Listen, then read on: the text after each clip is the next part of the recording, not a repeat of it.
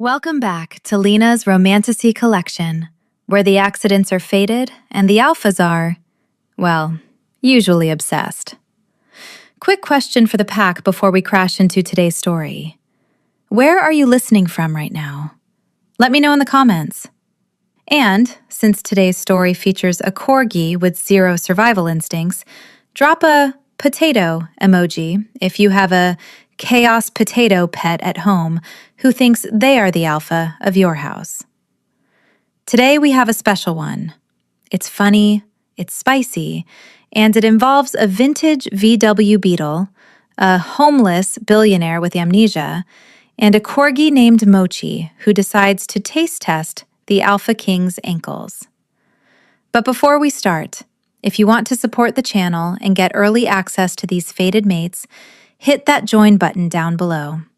It helps us keep the lights on and the romance coming.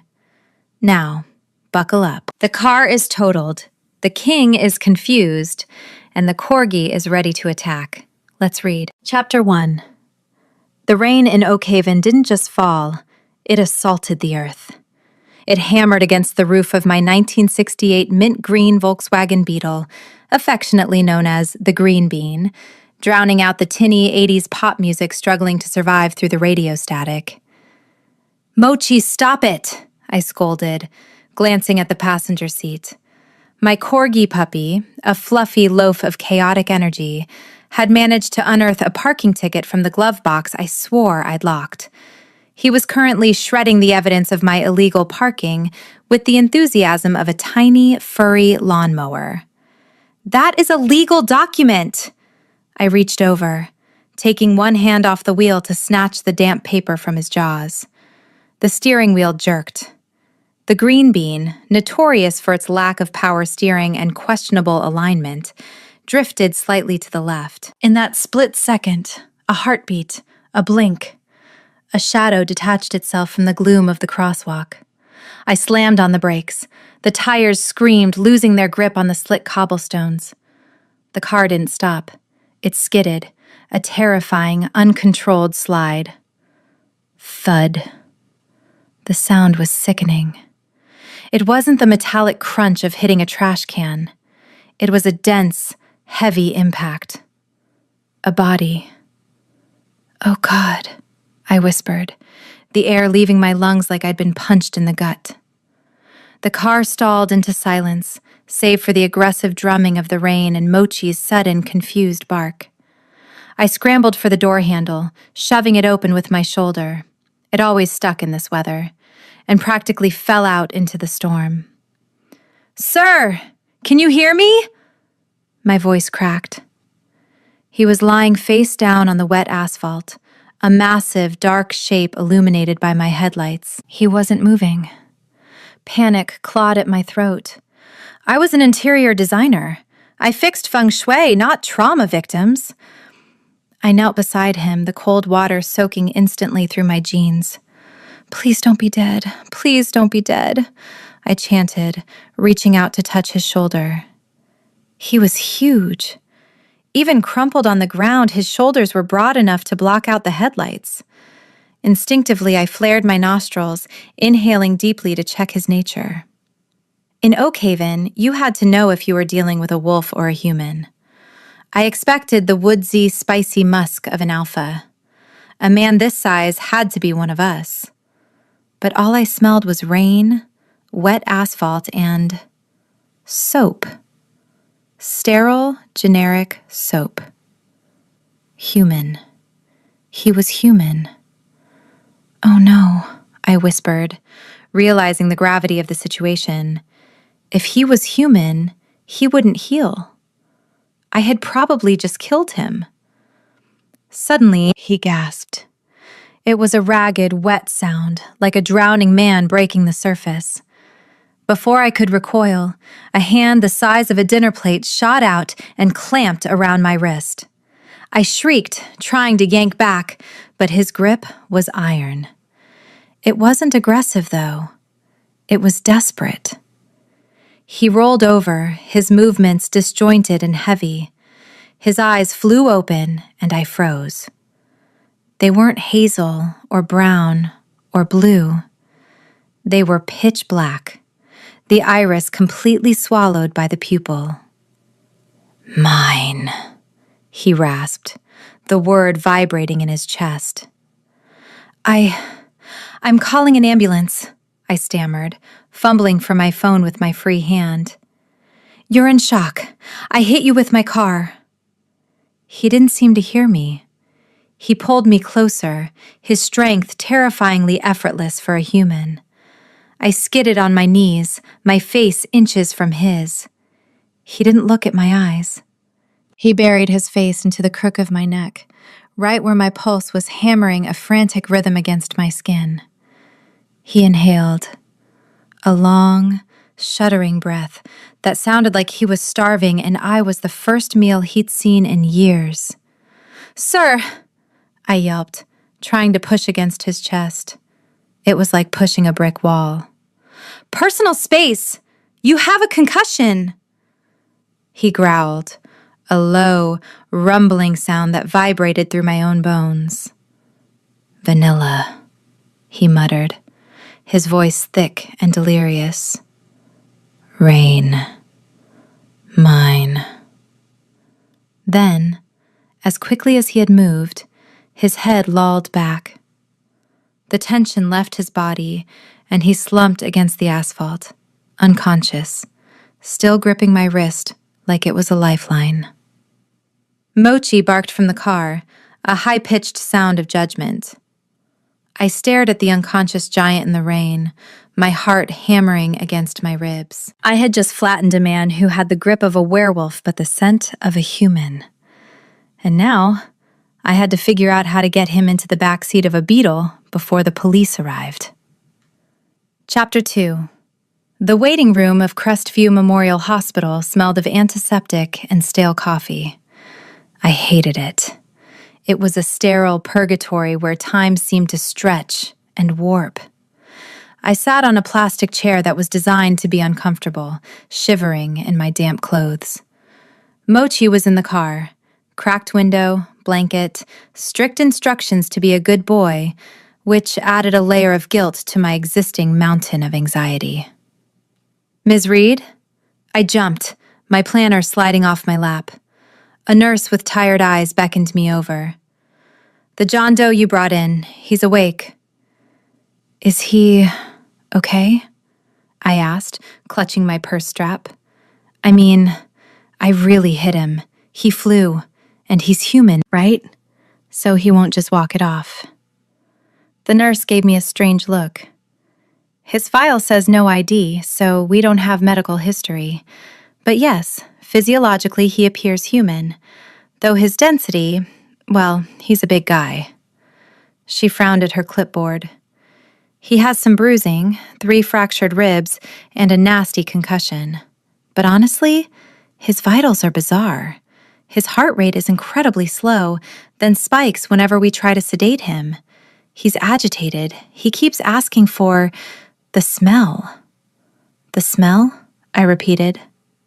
"He's disoriented. Dr. Thorne is with him now."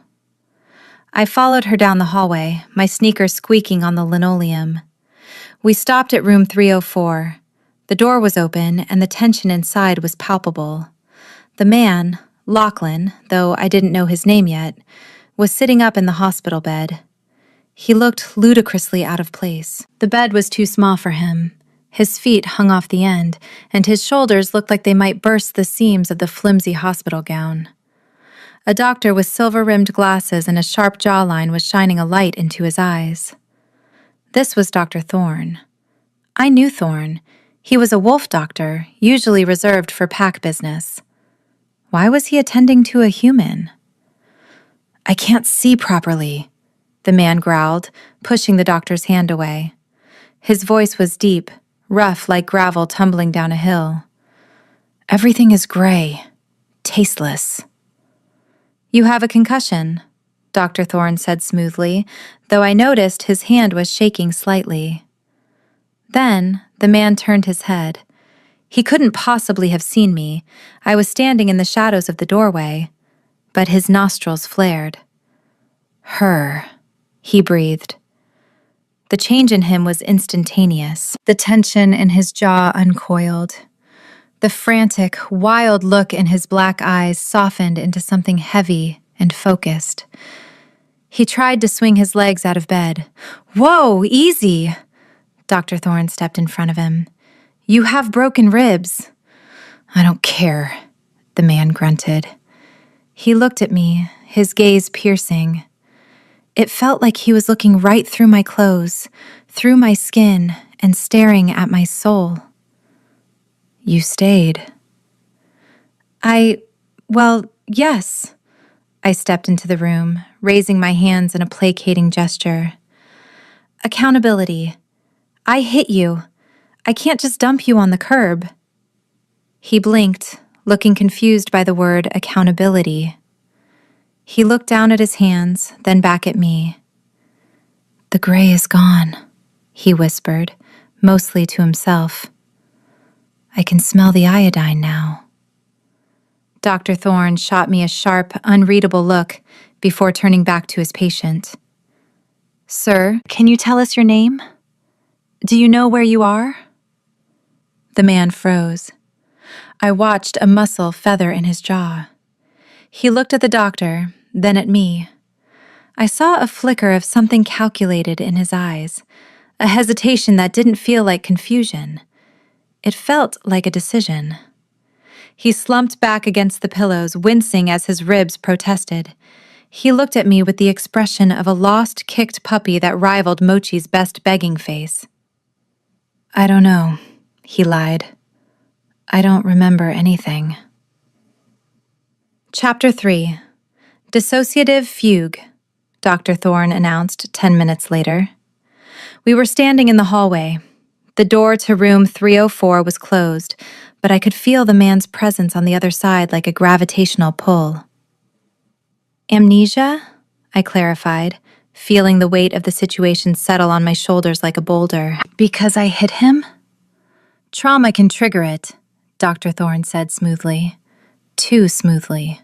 He adjusted his glasses. "Physically, he is remarkably resilient. His ribs are already stabilizing, which is fortunate.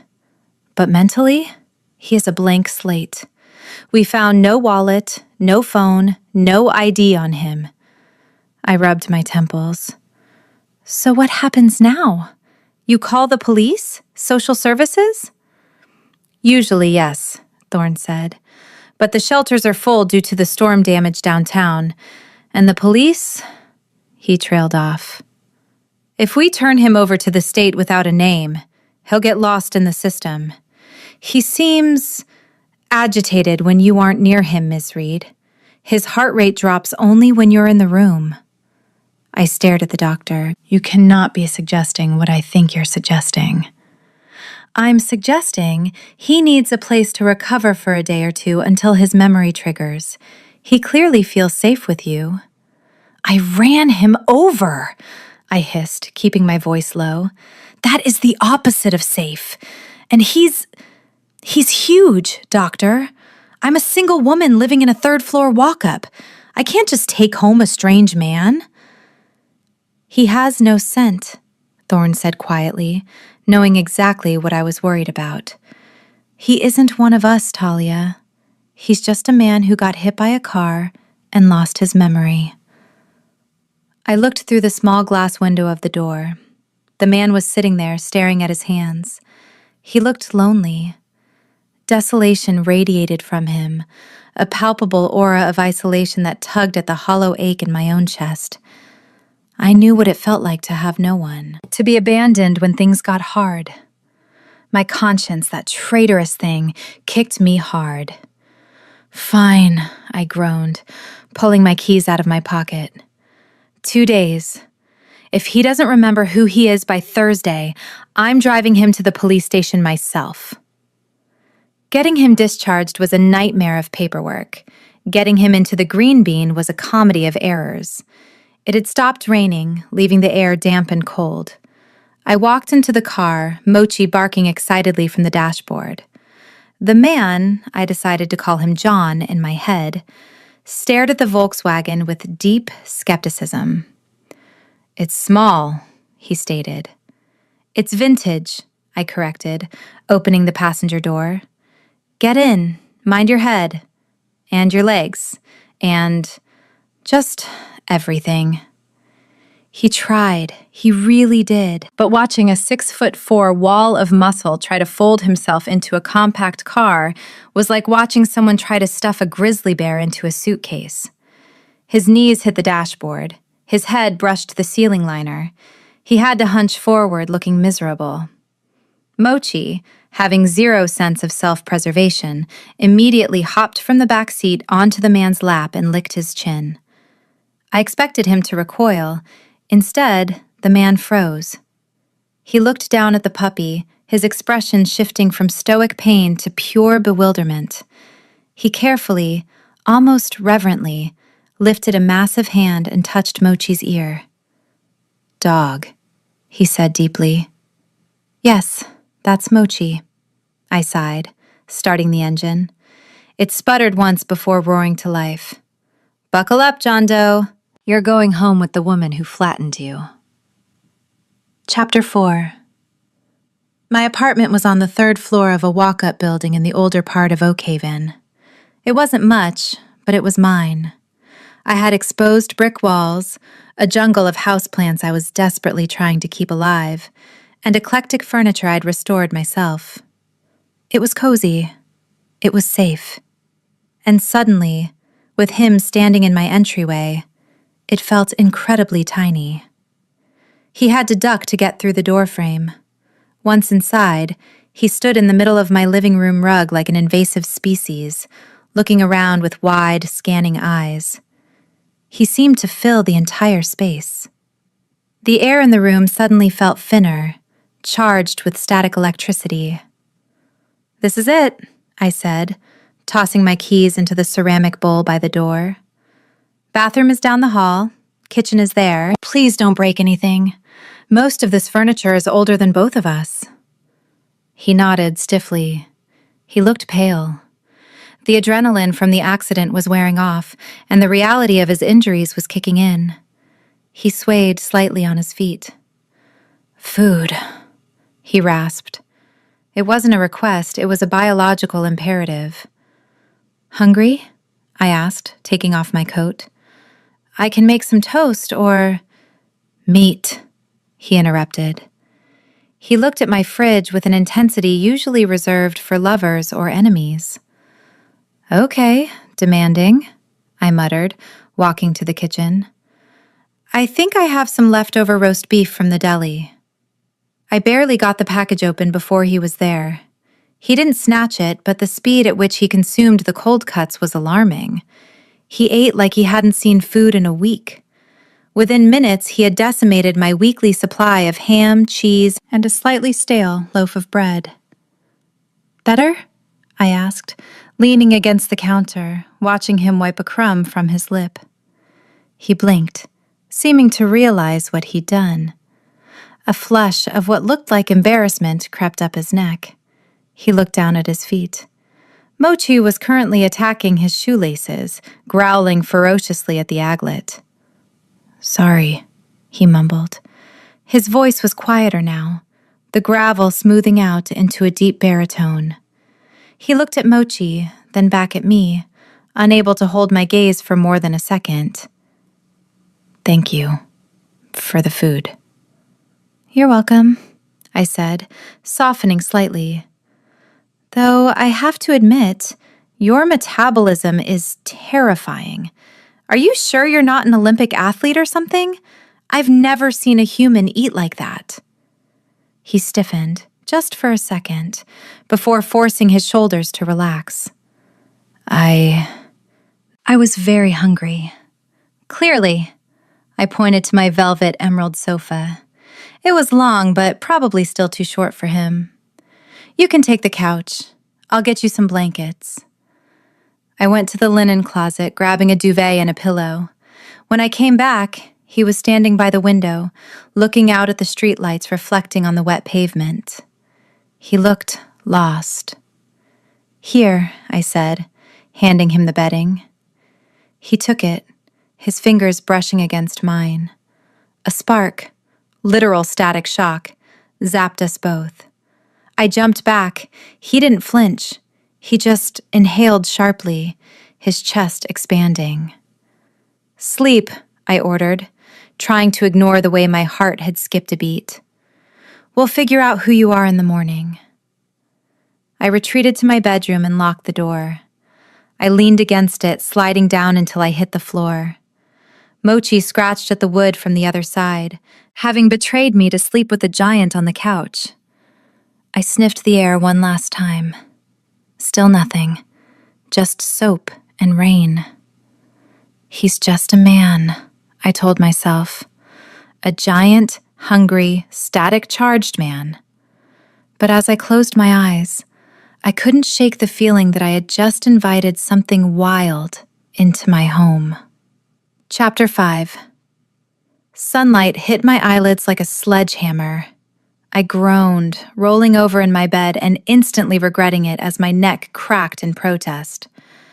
The adrenaline from the accident had evaporated during the night, leaving behind a residue of exhaustion and a distinct nagging headache. Then, memory crashed into me. The rain, the green bean skidding, the giant man with the black eyes. I sat up so fast the room spun. Oh God, I have a stranger in my living room. I scrambled out of bed, grabbing my robe and cinching it tight like armor. I didn't own a weapon, but I did have a heavy canister of dry shampoo on my dresser. I grabbed it, better than nothing, and crept toward the bedroom door. The apartment was quiet. Suspiciously quiet. Mochi wasn't barking, which usually meant he was either asleep or destroying something expensive. I opened the door and peeked into the living area. The emerald velvet sofa was empty. The duvet I'd given him was folded with military precision, stacked neatly with the pillow on the armrest. "John?" I called out softly, my grip on the dry shampoo tightening. "Here." The voice came from the kitchen. It was deep, resonating through the floorboards like a cello string. I rounded the corner and froze. He was standing by the sink, and he was shirtless.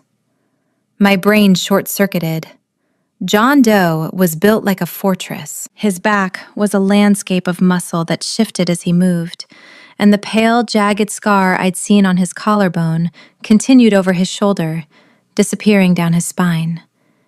He was wearing his jeans from the night before, stiff with dried mud and looking uncomfortably tight, but his t-shirt was draped over a chair, clearly too wet or dirty to wear.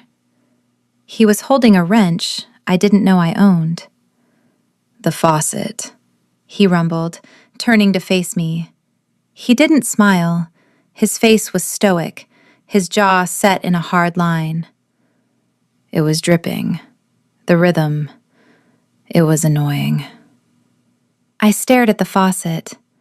It had been dripping for 3 years.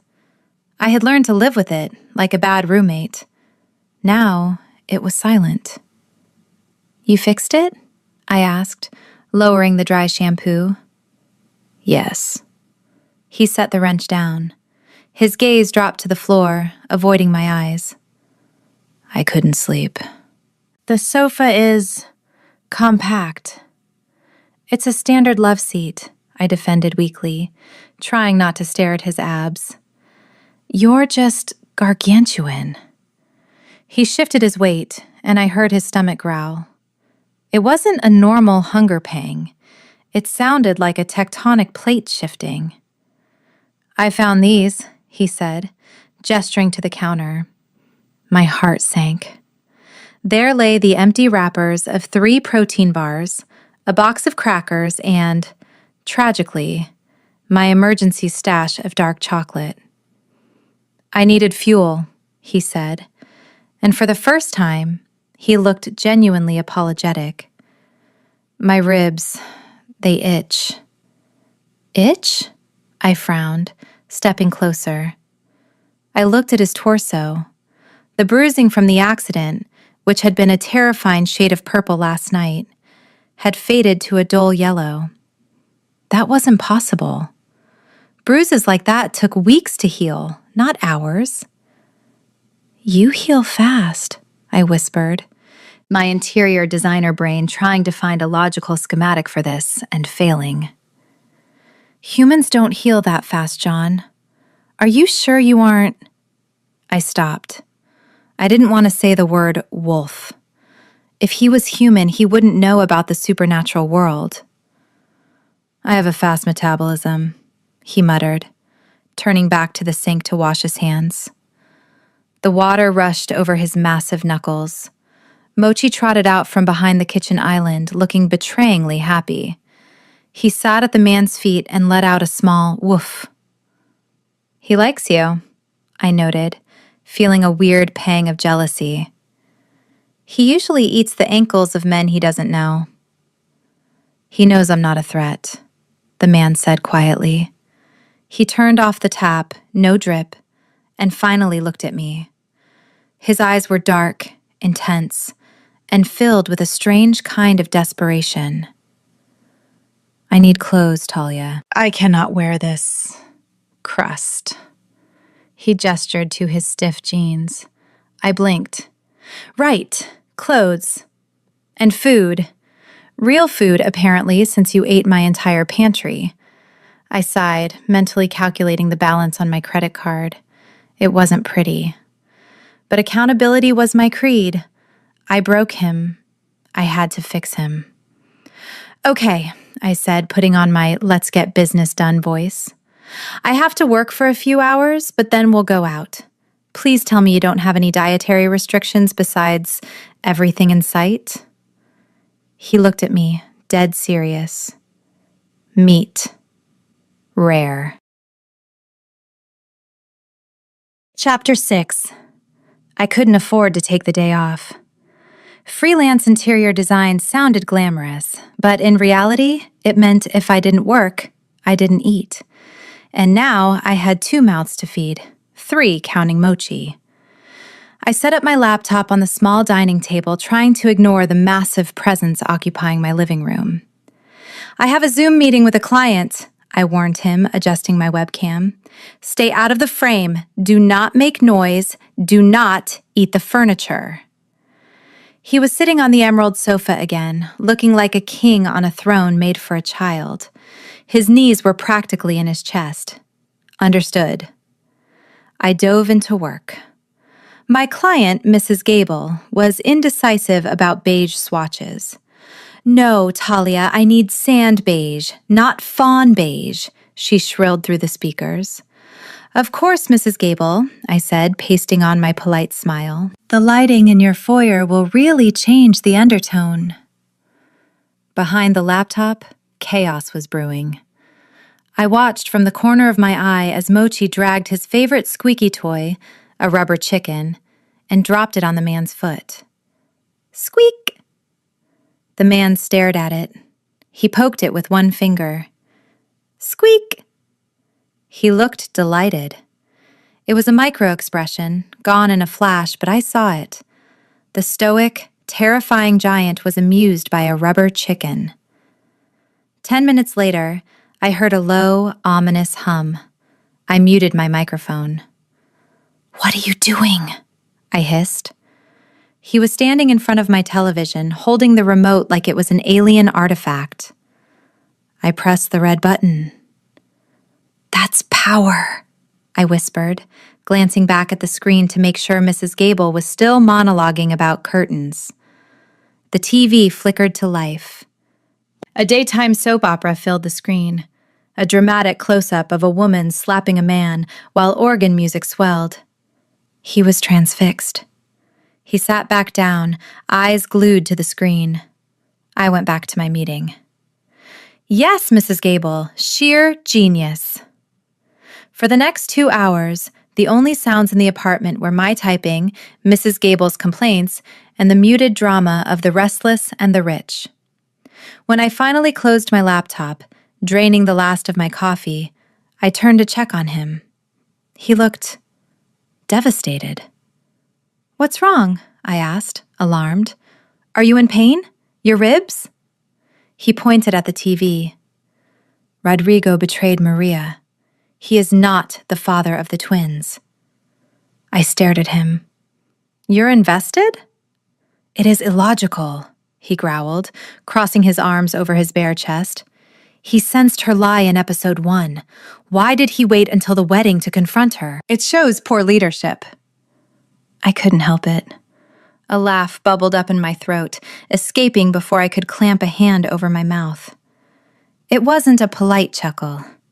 It was a snort. His head snapped toward me. For a second, I thought he'd be offended, but his nostrils flared and his eyes dilated, the black expanding to swallow the iris again. He looked at me like I was the only thing in the room that was in color. You laughed, he said softly. You're ridiculous, I countered, feeling a flush heat my cheeks. Come on, let's go get you some clothes before you start analyzing the geopolitical implications of The Price is Right. He stood up, unfolding his massive frame. The air in the room shifted, becoming heavier, charged with that static again. Talia, he said. Yeah? I am hungry. I grabbed my purse, checking the limit on my visa. I know, big guy. I know. Chapter 7. The grocery store was a sensory nightmare. The fluorescent lights buzzed with an angry hum, and the air smelled of floor wax and stale popcorn. Stay close, I muttered to him. He was wearing one of my oversized hoodies, a dark gray one that usually reached my knees. On him, it was a crop top. It was tight across his shoulders and barely covered his stomach, leaving a strip of muscular skin visible every time he reached for something. He still wore the muddy jeans. He looked like a deranged, incredibly attractive hobo. People are staring, he noted, scanning the perimeter of the produce section like he was guarding the president. Because you look like you just escaped a fight club, I whispered, tossing a bag of apples into the cart. I need protein, he reminded me, bypassing the apples and heading straight for the butcher counter. He didn't just pick up a steak.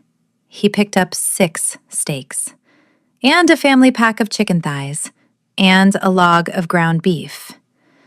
Put half of that back, I hissed, grabbing his arm. His bicep was rock hard under the hoodie. I am not a millionaire, John. I will repay you, he said, his voice dropping an octave. I am capable of labor. Great. You can mow my non-existent lawn. We compromised on 3 steaks and the chicken.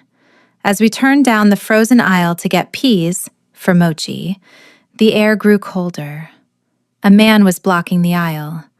He was wearing a cheap suit and talking loudly on his phone. He glanced at me, his eyes raking down my body in a way that made my skin crawl. He didn't move his cart.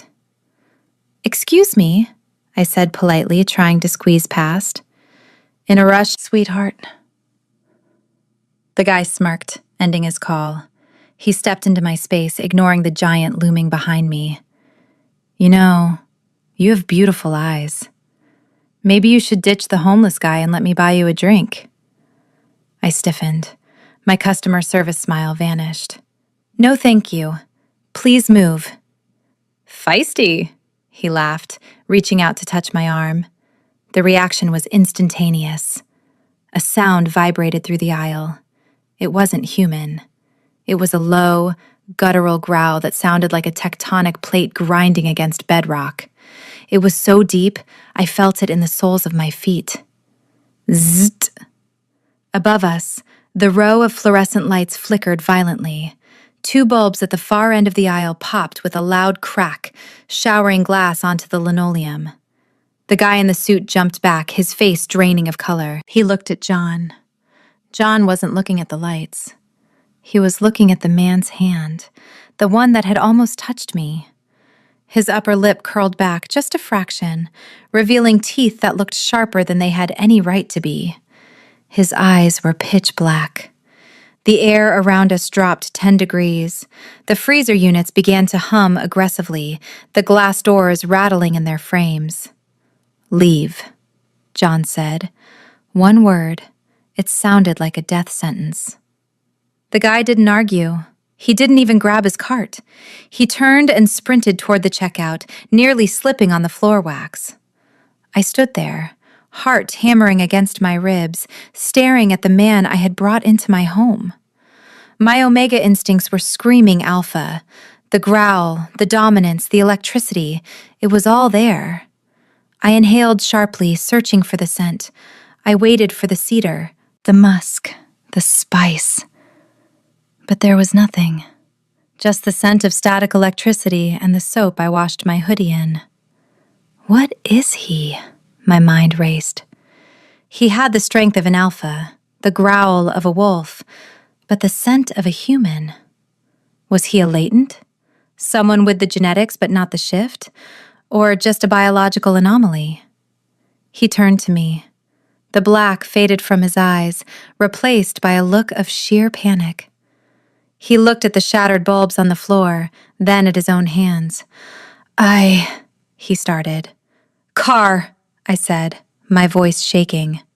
Now. Chapter 8. I drove the green bean like a getaway driver. Mochi, sensing the mood, was silent in the back seat. Beside me, the man was curled into a ball, staring out the window, his hand gripping the oh shit handle so hard the plastic was creaking. We didn't speak until we were parked in my alleyway. The rain had started again, a light drizzle that blurred the windshield. What was that? I asked, turning to him. I kept my hand near the door handle. I don't know, he said. His voice was rough. Don't lie to me, I snapped. You growled. Like a bear. And the lights? The freezer doors? That wasn't a coincidence. He took a deep breath. The scent of petrichor filled the car as he rolled down the window slightly. He looked at me, and the vulnerability in his expression stopped me cold. I felt protective, he said slowly, testing the word. He was a threat. He was going to touch you. My body reacted before my mind did. So you're telekinetic when you're angry? I asked, skepticism dripping from my tone. I think... He paused, rubbing his temple. I think the accident did something to my wiring. The doctor said my vitals were bizarre. Maybe it's electric. It was a flimsy excuse, a terrible lie, but looking at him, huge, scarred, wearing my tiny hoodie, and looking absolutely terrified that I was going to kick him out, I faltered. My nose twitched again. Still no alpha scent. If he was a wolf, he was the strangest one I'd ever met. A latent with electrical issues? It was the only logical explanation. I remembered the way he had stepped between me and the creep. I remembered the feeling of safety that had washed over me the moment he growled. I had spent my whole life being the independent one, the one who handled the bills, the clients, the heartbreak. No one had ever scared away the monsters for me. You can't just go around blowing up light bulbs because someone hits on me, I said, my voice softer now. I can handle myself. I know, he said, and he sounded sincere. You are fierce, Talia, but... He looked down at his hands. I didn't want him near you. My heart did that traitorous flutter again. Okay, I exhaled, leaning my head back against the seat. Okay, we'll add electrical interference to the list of symptoms. But if you fry my toaster, you're paying for it. He cracked a small smile, the first real one I'd seen. It transformed his face, making him look younger, less like a war-torn statue. Deal. Come on, I said, opening my door. Let's go cook those steaks before you eat the leather upholstery. We walked up the 3 flights of stairs in silence, but the dynamic had shifted. He wasn't just a burden I was accountable for anymore. He was a mystery, a dangerous, electrical, protective mystery. And as I unlocked the door, I realized with a jolt of panic that I wasn't scared of him. I was scared of how much I wanted him to stay. Chapter 9. The rhythmic thumping of my washing machine was the only sound in the apartment. I had finally bullied John into relinquishing his mud-caked jeans, leaving him with nothing but a towel I'd thrown at him and the emerald velvet sofa. "It is breezy," he had complained, clutching the towel around his waist like a dignity shield. Now, at 3 a.m., the apartment was silent. The rain had stopped, leaving behind a heavy, humid stillness that pressed against the windows. I was in my bedroom, staring at the ceiling, unable to sleep. My mind kept replaying the grocery store incident, the growl, the popping lights, the absolute lack of alpha scent. He has to be a latent, I reasoned, tracing a crack in the plaster with my eyes. A genetic anomaly. All the aggression of a wolf, but none of the biology. That explains the electrical surges. His wiring is faulty. A sudden, strangled noise from the living room shattered my thoughts. "No, flank left, incoming." It was a shout, raw and terrified. I threw off my covers and rushed to the door. Mochi was already there, whining and scratching at the wood. I opened it and sprinted to the living area. Lachlan, John, was thrashing. The duvet was tangled around his legs, and his massive chest was heaving, slick with sweat. In the moonlight, the scar on his shoulder looked angry and white. He punched the air, a visceral, violent motion that would have taken someone's head off. "Traitor!" he roared, the word tearing from his throat. He was having a night terror, a bad one. "John!" I reached out, grabbing his shoulder to shake him awake. "Wake up! You're safe!" Big mistake. His instincts were faster than his consciousness. Before I could blink, a hand clamped around my wrist. In a blur of motion, he flipped us. Suddenly, I was pressed into the velvet cushions of the sofa, and he was hovering over me, his forearm bracing his weight so he didn't crush me. His eyes were wide open, and they were blown black. "Target acquired," he snarled, baring his teeth. I froze. My heart hammered a frantic rhythm against my ribs. He looked lethal, terrifying. "John!" I gasped, tapping his arm. "It's Talia! You're in my apartment! Look at me!" He blinked. The black receded slowly, like ink draining from water, revealing his confused, dark irises. He looked down at his hand on my wrist, then at my face. Horror washed over him. He scrambled back, falling off the sofa and crashing onto the hardwood floor with a heavy thud, clutching the towel to ensure it stayed in place. "Talia," he choked out, backing away until he hit the TV stand. He was shaking. I didn't... "You were dreaming," I said, my voice trembling. I sat up, rubbing my wrist. He hadn't hurt me, but the speed, that wasn't human speed. And yet, when I inhaled, I smelled nothing but sweat and the sharp, metallic tang of static electricity. I thought I was back in the... He stopped. He ran a hand over his face, wiping away the sweat. "I have vivid dreams. From the accident, I assume." I looked at him. He was huddled on my floor, a giant of a man reduced to a trembling mess. "That wasn't just a dream," I whispered, sliding off the couch to sit on the floor opposite him, keeping a safe distance. "You moved like a soldier, John. You were shouting about flanking." He stiffened. "I watch a lot of action movies." "Right," I said, not buying it for a second. "And the static? The way my hair is currently standing on end just being near you?" He looked at me, his expression unreadable.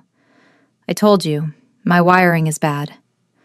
"Your wiring is dangerous," I corrected softly. "But you stopped. You recognized me." He looked at his hands, clenching and unclenching them. I would never hurt you, Talia. Even in a nightmare. You are the anchor. Chapter 10. The next morning, the tension in the apartment was thick enough to cut with a knife. We didn't talk about the nightmare. We didn't talk about the fact that I was now 99% sure he was a latent with PTSD. I decided to test him. I need to go over the contract for the pack house renovation, I said casually, pouring coffee into 2 mugs. I handed him one. He was wearing his jeans again, clean now, thanks to my washer, and the gray crop top hoodie. It was a look. Lachlan froze mid-sip. Pack house? Yeah, the ironclad pack. You know them? I read the name on a folder on your desk. Right. Well, they're picky. The Alpha King is apparently a recluse. Rumor has it he's incompetent and lets his betas run everything while he drinks expensive scotch in a dungeon. I took a sip of coffee, lying through my teeth. The rumors actually said he was a war hero, but I wanted a reaction. That is erroneous, Lachlan snapped. I raised an eyebrow. Oh? And how would John Doe with amnesia know the management style of the Alpha King? He paled. He realized his mistake instantly. He set the mug down, his fingers gripping the ceramic so hard I worried it would shatter. Logic, he recovered, though his voice was tight.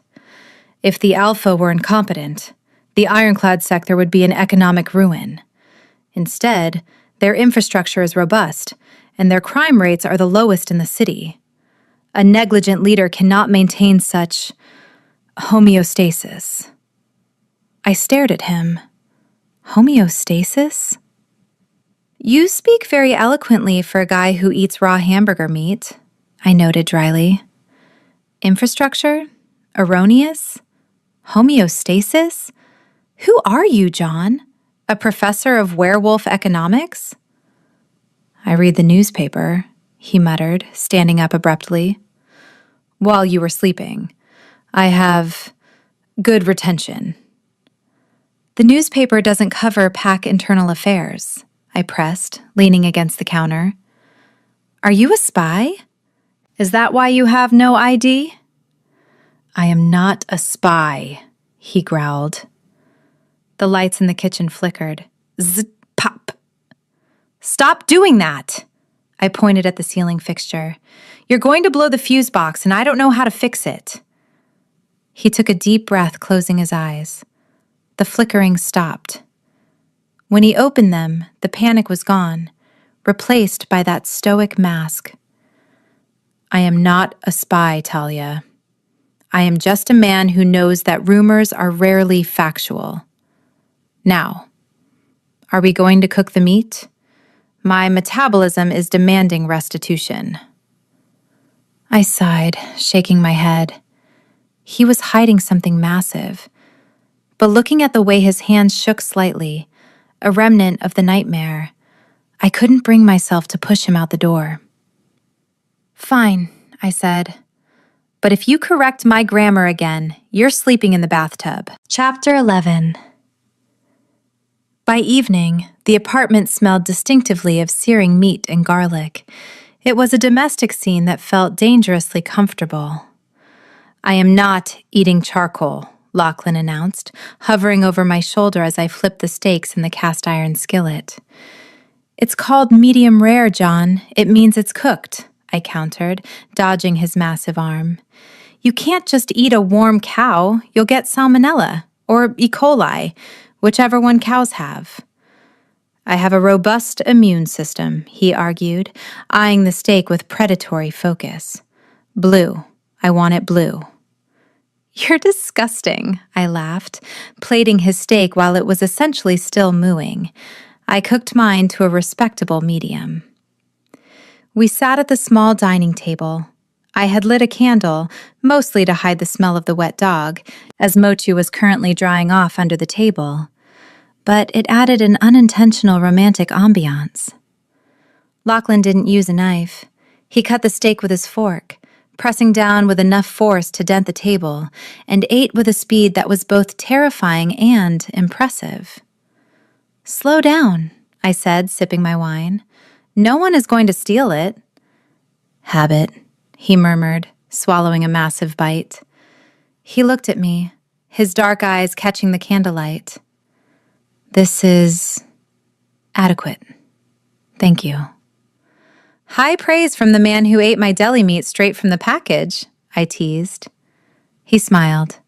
It was a small, ephemeral thing, but it made my breath hitch. "You have been generous. Most people would have left me on the road." "I couldn't," I admitted, looking down at my plate. "I know what it's like to be left behind.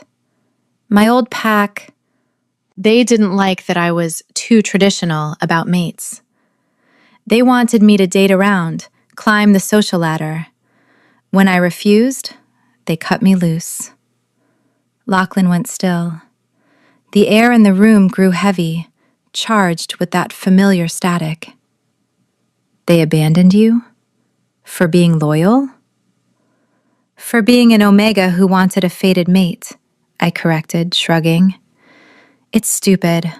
I know fated mates are rare, but I couldn't settle." Lachlan reached across the table. His hand hovered over mine, heat radiating from his palm. "It is not stupid, Talia. It is rare and valuable." For a second, I thought he was going to touch me. I wanted him to. My skin prickled with anticipation, the hair on my arms standing up. Crack!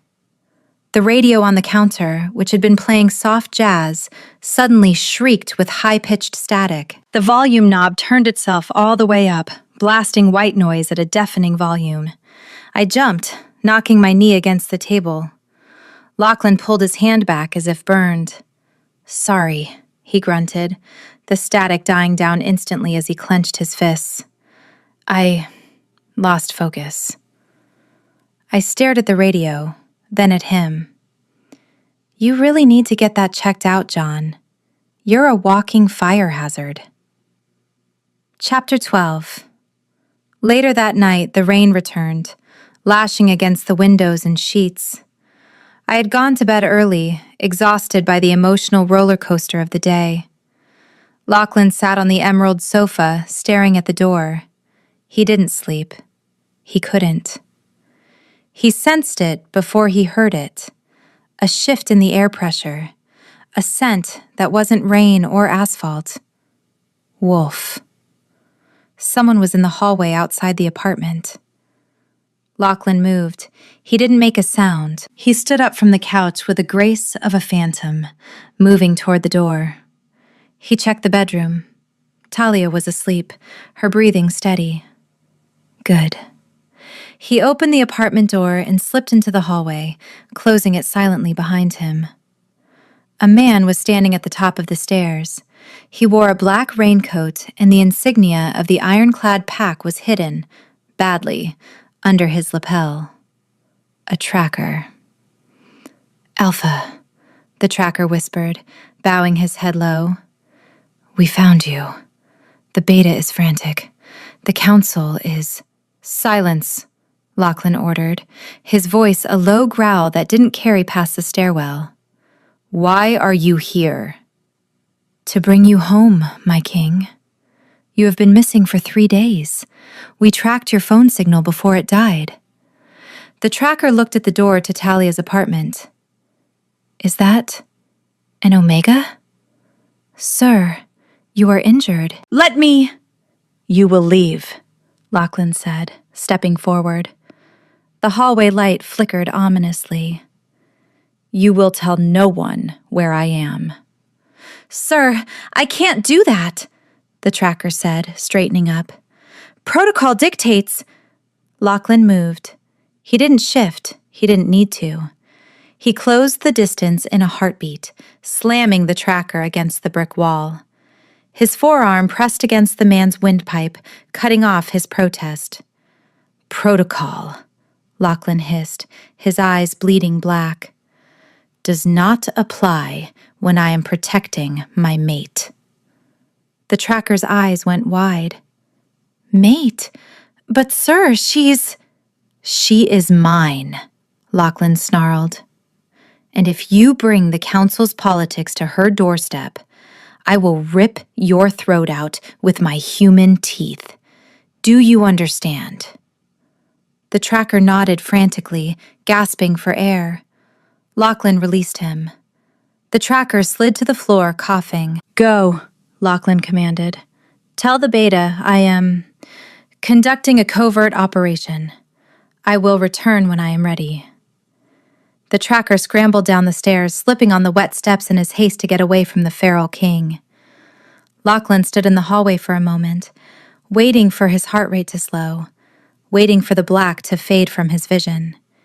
He looked down at his knuckles. They were white from the strain. He turned back to the apartment door. He had bought himself time, but not much. He slipped back inside, locking the deadbolt. "John?" He froze. Talia was standing in the doorway of her bedroom, rubbing her eyes. She looked soft, sleepy, and beautiful. "Where were you?" she asked, yawning. "I thought I heard the wind," he lied, his voice rough. "Just checking the lock."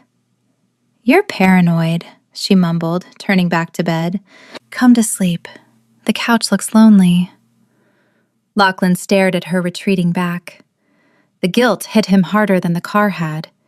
He was lying to her, and every moment he stayed, he was putting a target on her back. Chapter 13. The morning sun filtered through the blinds, casting stripes of light across the living room floor. I found Lachlan sitting on the emerald sofa, his posture rigid. He was staring at his hands, his expression dark and contemplative. "Coffee," I announced, placing a steaming mug on the coaster beside him. "You look like you fought a war in your sleep." He flinched, snapping out of his trance. "Just restless. The couch has compromised lumbar support." "It's vintage," I defended, sipping my own brew. "It chooses aesthetics over comfort. It's a design choice." He moved to pick up the mug, and I saw it. A fresh, dark bruise blooming across his knuckles. It was an ugly shade of purple, stark against his tan skin. "What happened to your hand?" I asked, putting my mug down and reaching for his wrist. He tried to pull away, but I was faster. I turned his hand over. The knuckles were raw, the skin split slightly as if he'd punched a brick wall. "I hit the doorframe," he lied. His voice was flat. "In the dark. My spatial awareness is still calibrating." "You hit a doorframe?" I raised an eyebrow, skeptical. "With enough force to bruise bone? What is the doorframe made of, John? Adamantium?" "It was a very sturdy frame," he muttered, refusing to meet my eyes. "Sit," I ordered, pointing to the sofa. "I'm getting the first aid kit. Again." He sat obediently, though he looked like a chastised schoolboy. When I returned with the kit, I sat on the coffee table in front of him, my knees brushing against his jeans. The contact sent a little jolt of static through me, that familiar metallic buzz that I had come to associate with him. "This doesn't make sense," I murmured, dabbing antiseptic on the cut. "You heal broken ribs in a day, but a bruised knuckle sticks around? Your biology is a mess." "It is selective," he rasped. I looked up. He was watching me. His black eyes were intense, focused entirely on my face. The air between us grew heavy, charged with an invisible current. I could feel the heat radiating off him, a furnace that warmed the cool morning air. "You need to be more careful," I whispered, applying a bandage. "I can't keep patching you up. I'm an interior designer, not a mechanic for whatever you are." He leaned in, just an inch. "And what do you think I am, Talia?" My breath hitched. I searched his face, the sharp jawline, the stoic mouth, the eyes that held 1,000 secrets. "I think you're trouble," I said softly. "I think you're a latent, with a short fuse and too much electricity in his veins. And I think you're lying about the doorframe." He didn't deny it. He just looked at my mouth, his gaze dropping for a fraction of a second before snapping back to my eyes. The tension was palpable, a physical weight pressing down on us. "Trouble," he repeated, testing the word. "Perhaps. But I am the kind of trouble that would burn the world down to keep you warm." My heart did a traitorous flip. That was undeniably poetic for a man wearing a crop top hoodie.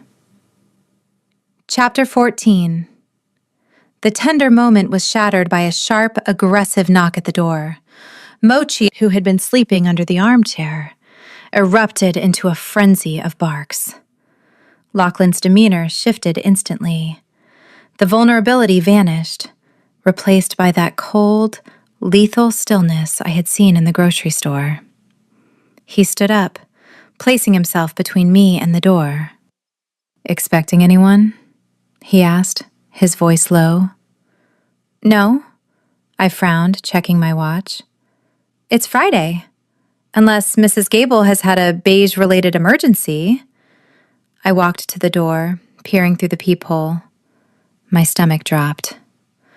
"Oh, you have got to be kidding me," I groaned. "Who is it?" Lachlan demanded. The lights in the hallway flickered. Zzzt. "Ethan," I whispered, unlocking the deadbolt against my better judgment. "My ex." I opened the door. Ethan stood there, leaning against the frame with a practiced smirk. He was a classic alpha, handsome in a generic way, with blonde hair that was perfectly styled and a suit that screamed of exorbitant wealth. He smelled of expensive cologne and arrogance. "Talia," he purred, looking me up and down. "You're looking rustic." "Ethan," I said, using my customer service voice, "to what do I owe the displeasure?" "Is that any way to greet an old friend?" He tried to step inside. "We aren't friends," I blocked him. "You made that very clear when you kicked me out of the pack for being antiquated baggage." Ethan laughed, a dismissive sound. "Water under the bridge, babe. Look, I have a proposition. The pack needs a new event planner for the Solstice Gala. I told the Alpha I knew someone cheap and desperate." My jaw dropped. "Get out!" "Come on." Ethan pushed past me, ignoring my protest. "Don't be like that. I know you're struggling. You always were too proud for your own good. Just take the job. Let me buy you dinner, and maybe we can—" He stopped dead. He had walked into the living room and come face to chest with Lachlan. Lachlan wasn't doing anything. He was just standing there, arms crossed over the gray hoodie that was 2 sizes too small. But the air around him was vibrating. The lamp in the corner was buzzing like a trapped hornet. Ethan looked up and up. His smirk faltered. "Who the hell is this?" Ethan demanded, his voice pitching higher. "Your bodyguard?" Lachlan didn't blink. He looked at Ethan with the detached disinterest of a lion looking at a particularly annoying mouse. "I am her guest," Lachlan said. His voice was calm, but it carried a weight that made the floorboards tremble. "And you are intruding." Ethan sneered, trying to regain his composure. He sniffed the air. "A human? You replaced me with a human? Seriously, Talia, I knew you were desperate, but this is pathetic. He smells like dryer sheets." Lachlan tilted his head. "And you smell like insecurity and cheap musk." Chapter 15. Ethan bristled, his alpha instincts flaring. "Watch your mouth, human. You have no idea who you're talking to.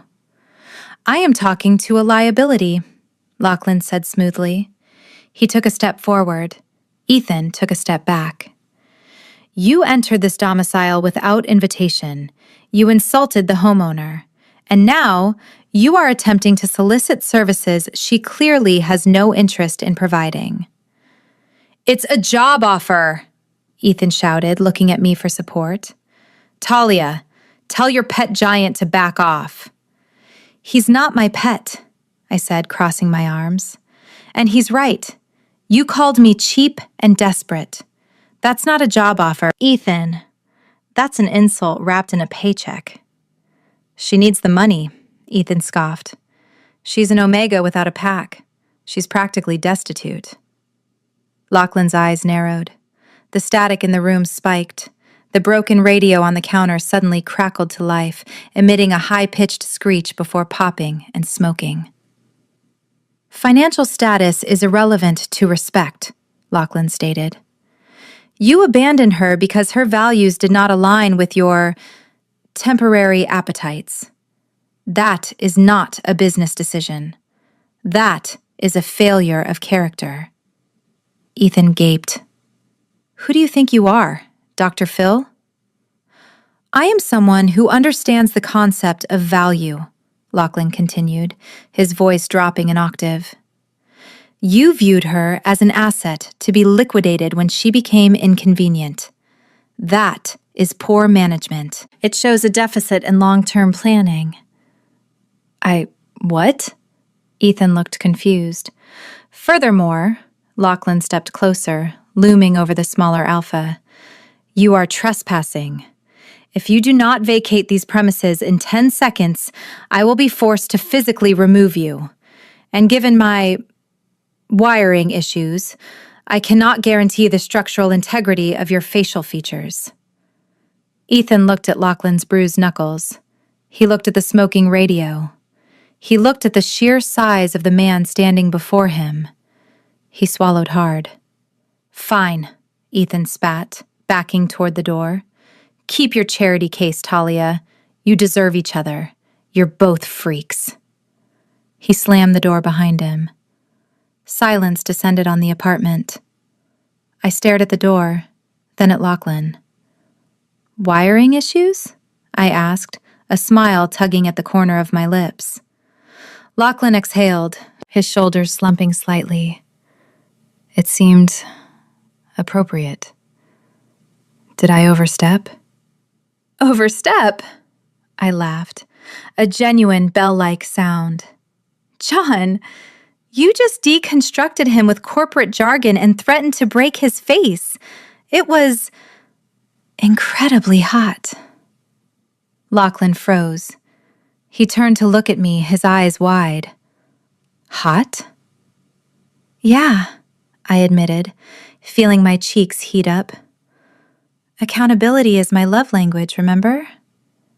And you just held him accountable. Chapter 16. The adrenaline from the confrontation hadn't faded. It had curdled into something else, something thick and sweet and dangerous. Outside, the rain had started again, tapping a gentle rhythm against the glass. Inside, the apartment felt smaller, more intimate. Lachlan was still standing in the middle of the room watching me. The static charge was gone, replaced by a magnetic pull that drew me toward him. You defended me, I said softly, stepping closer. No one has ever done that. Usually people just tell me to be more flexible, to fit in. You should never fit in, Lachlan murmured. He didn't retreat this time. You are distinctive, like a rare artifact. Trying to make you common would be a crime against nature. You and your words, I whispered, shaking my head. For a guy with amnesia, you sure know how to make a girl feel special. I may not remember my name, he said, his voice rough with emotion. But I know what I see. I see you, Talia. He reached out, his large hand cupping my cheek. His thumb brushed over my cheekbone, his skin rough and callous, but his touch impossibly gentle. I leaned into his palm. I couldn't help it. The scent of rain and soap that clung to him was intoxicating in its own way. It wasn't the alpha musk I was biologically wired to crave, but it was him, and that was enough. "John," I breathed, my eyes fluttering shut. "Talia," he groaned. He lowered his head. I tipped mine back. Our breaths mingled, warm and shaky. I could feel the heat radiating from his chest, could feel the rapid thud of his heart against his ribs, a rhythm that matched my own. His lips brushed mine, just a ghost of a touch, a promise. I gripped the front of his gray hoodie, ready to pull him down, ready to forget about biology and latents and broken radios. "Bark! Bark! Bark!" Mochi exploded from under the armchair, racing between our legs in pursuit of an invisible dust bunny. He slammed into Lachlan's shin with a confused yelp, tangling himself in our feet. We sprang apart like guilty teenagers. "Mochi!" I gasped, looking down at the traitorous corgi, who was now wagging his tail proudly. Lachlan cleared his throat, running a hand through his hair. His ears were bright red. "The dog," he stated, his voice tight. "He has impeccable timing." "He's a menace," I sighed, though my heart was still racing. I should check the mail, or something." "It is raining," Lachlan pointed out. "Right," I laughed nervously. "I'll just go reorganize the spice rack. Stay here. Don't be hot anymore." I fled to the kitchen, leaving Lachlan standing in the living room with a bewildered puppy and a smile that looked dangerously like hope. Chapter 17. The rain had turned from a gentle tap to a torrential downpour, mirroring the storm brewing inside the apartment.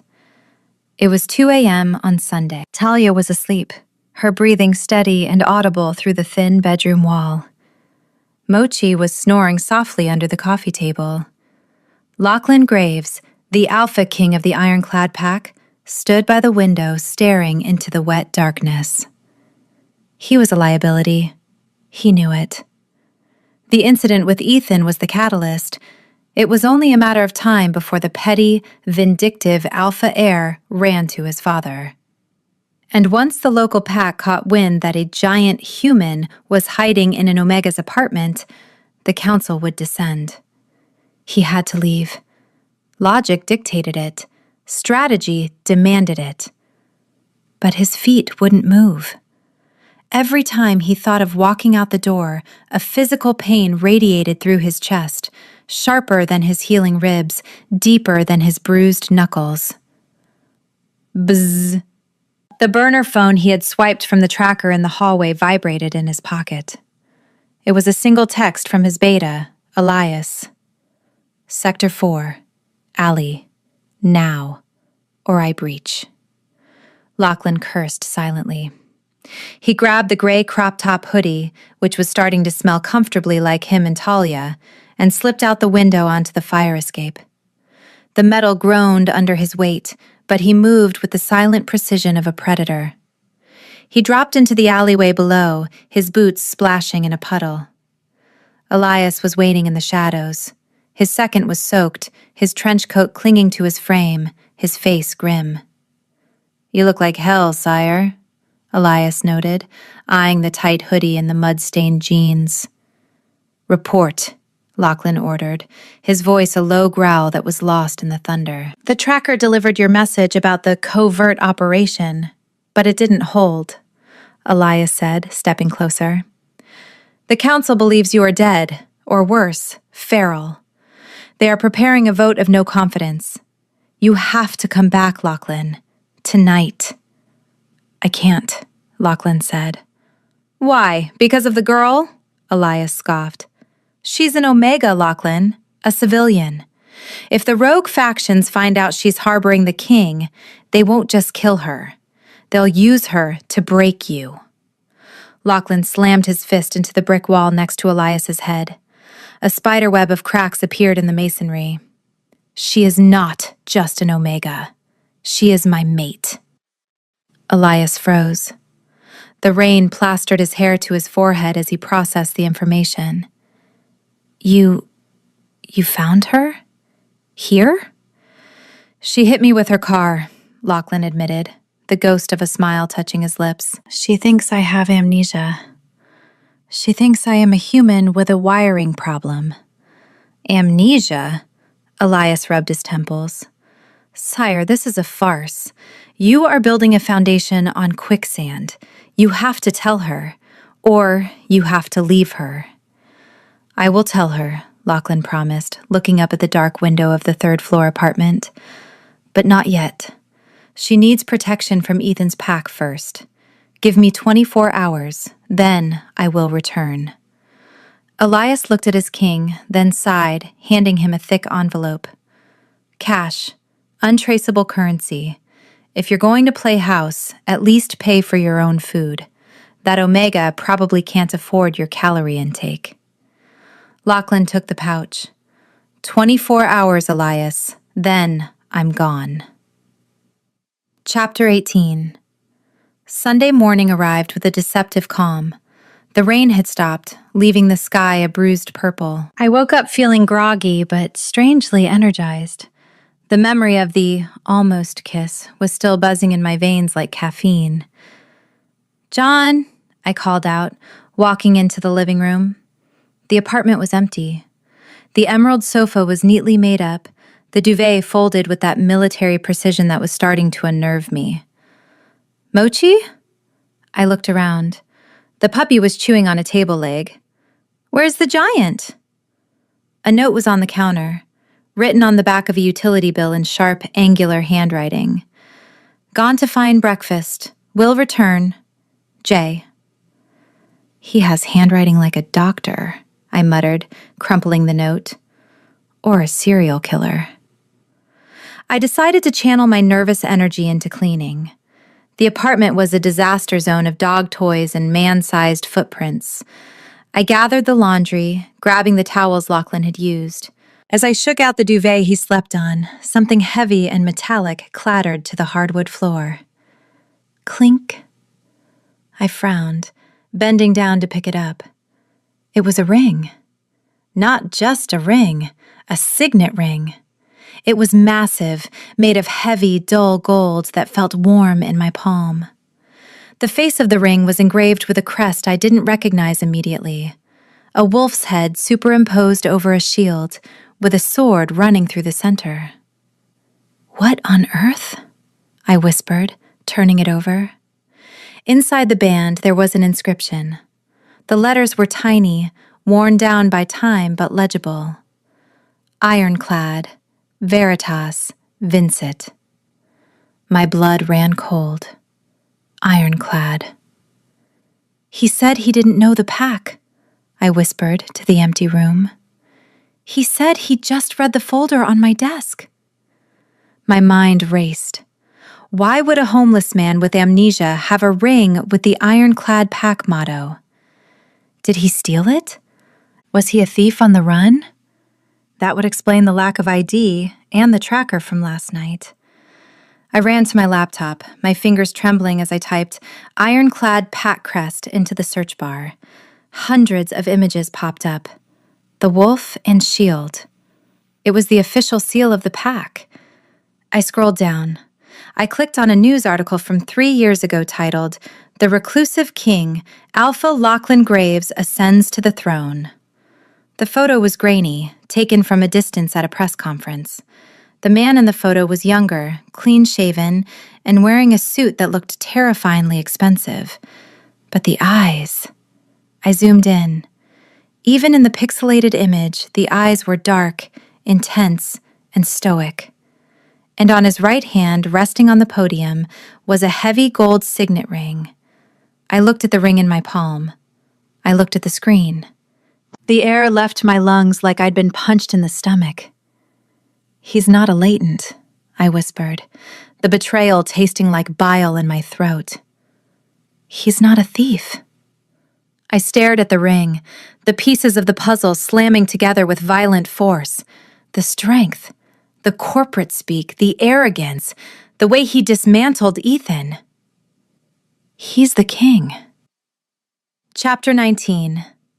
I was sitting on the emerald sofa when he came back, the ring clenched in my fist, hidden inside the pocket of my cardigan. The lock clicked. The door opened. Lachlan stepped inside, carrying a brown paper bag that smelled of fresh pastries. He looked better. His color had returned, and the bruise on his knuckles had faded to a light yellow. He had also changed. Gone was my stretched-out gray hoodie.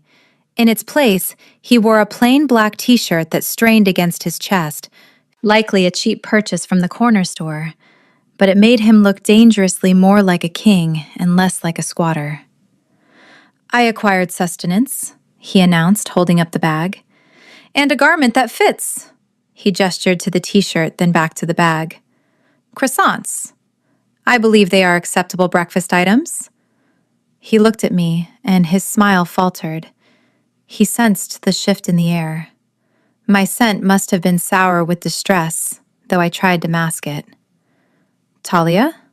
He closed the door, locking it. "Is something wrong? Did Ethan return?" "No," I said, my voice sounding hollow to my own ears. "Ethan didn't come back." I stood up. I should scream at him. I should throw the ring at his head and demand he leave. But my heart was warring with my brain. My brain screamed, "Liar!" But my heart whispered, "Protector." "I was thinking about yesterday," I lied, stepping closer to him. I needed to know. I needed to see if he would tell me the truth before I forced it out of him. "About what you said, that you'd burn the world down?" Lachlan dropped the bag of croissants on the table. He closed the distance between us in 2 strides. The static charge returned, making the hair on my arm stand up.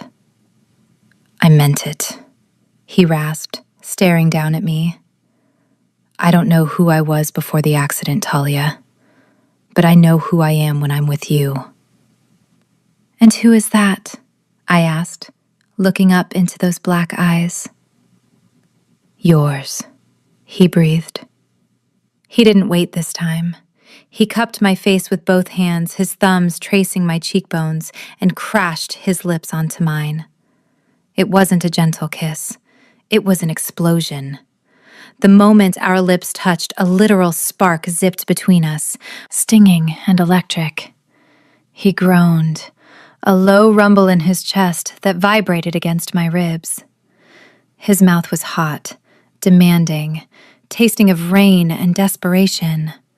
I gasped, and he used the opportunity to deepen the kiss, his tongue sweeping into my mouth, claiming me. It was overwhelming. It was intoxicating. It felt like standing in the center of a thunderstorm. Pop! The bulb in the hallway lamp exploded, showering sparks onto the floor. Neither of us flinched. I gripped the front of his gray hoodie, pulling him closer, drowning in the sensation of him. For a moment, I forgot the ring in my pocket. I forgot the lie. I just wanted this. I wanted the fire. He pulled back slightly, resting his forehead against mine, both of us gasping for air. His eyes were blown wide, completely black. "Talia," he whispered, his voice wrecked. "I love you. I don't care about my past. I only want this future." It was a beautiful lie, and it broke my heart. Chapter 20. I pulled away from him. It took every ounce of strength I had, but I stepped back, putting 3 feet of cold distance between us. Lachlan looked confused. He reached for me, his hand hovering in the air. "Talia?" "Don't," I said, my voice trembling. "Don't tell me you love me. Not when you don't even respect me enough to tell me your name." He froze. the passion drained from his face, replaced by a guarded, stoic mask. "I told you. I don't remember." "Stop it!" I shouted, the tears finally spilling over. "Stop lying! You remember everything! You've remembered it the whole time!" "Talia, you're not making sense," he said, taking a step forward. "The accident." I reached into my pocket and pulled out the ring. I held it up, the gold glinting in the dim light of the apartment. Lachlan stopped dead. His eyes fixed on the ring, and I saw the color drain from his face. He didn't look like a king in that moment. He looked like a man watching his world crumble. "I found it in the duvet," I said, my voice shaking. "Ironclad. Veritas vincit. Truth conquers. That's rich coming from you." He opened his mouth, then closed it. He didn't try to deny it. He knew I knew. "You're not John Doe," I whispered. "And you're not a latent with bad wiring. You're Lachlan Graves, the Alpha King." He exhaled, a long, heavy sigh that seemed to deflate his massive frame. He straightened his spine, the stoop of the confused amnesiac vanishing. In its place stood a warrior, a ruler. "Yes," he said simply. The gravel in his voice was gone, replaced by a commanding baritone. "Why?" I asked, a tear rolling down my cheek. "Why lie? Why play house in my tiny apartment? Why let me worry about feeding you and buying you clothes when you could buy this whole building?" "Because," he said, and the pain in his voice was real. "For the last 5 years, my life has been gray, colorless, tasteless. I was a machine, Talia, a weapon for the pack." He took a step toward me, desperation seeping back into his expression. "When I hit your car, when I smelled you, the world came back. You brought the color back. I knew if I told you who I was, if I told you that you were the mate of a feral king, you would run. You would hate me." "So you manipulated me instead?" I snapped, clutching the ring so hard it cut into my palm. "You let me believe I was helping a vulnerable human. You invaded my home. You made me care about a lie." "The feelings were not a lie," he roared, the lights flickering violently overhead. "The way I feel about you is the only truth I have." "Get out," I whispered, pointing at the door. "Talia, please, get out!" I screamed. "Take your ring, take your lies, and get out of my house." Lachlan stared at me for a long, agonizing moment. He looked at the ring in my hand, then at my tear-stained face. He realized he had lost. He stepped forward, gently taking the ring from my palm. His fingers lingered on mine for a second, one last spark, before he pulled away. "I will go," he said, his voice quiet and deadly calm. "But this isn't over. You are my mate, Talia Reed, and I do not give up what is mine." He turned and walked out the door, taking all the warmth in the world with him. Chapter 21. The silence that followed Lachlan's departure was heavier than his presence ever was. It settled over the apartment like a thick, suffocating blanket, pressing against my eardrums. I stared at the closed door. The deadbolt was engaged. I had locked it automatically after he left, a muscle memory that felt like a betrayal. "He's gone, Mochi," I whispered, my voice cracked. Under the coffee table, Mochi let out a confused whine. He crawled out, his claws clicking on the hardwood floor, and trotted to the emerald velvet sofa.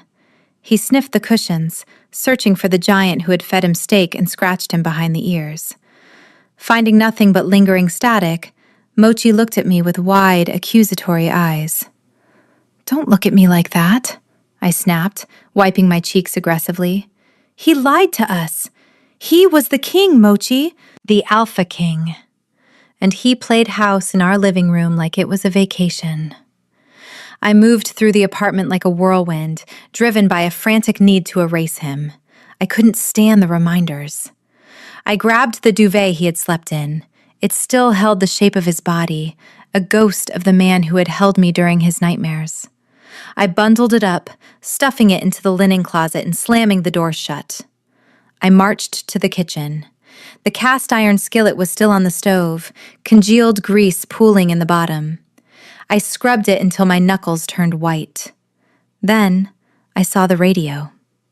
It was sitting on the counter, smoke-stained and silent. The plastic casing was warped from the electrical surge he had caused when he got jealous. I reached out to touch it, running my finger over the melted volume knob. I am the kind of trouble that would burn the world down to keep you warm.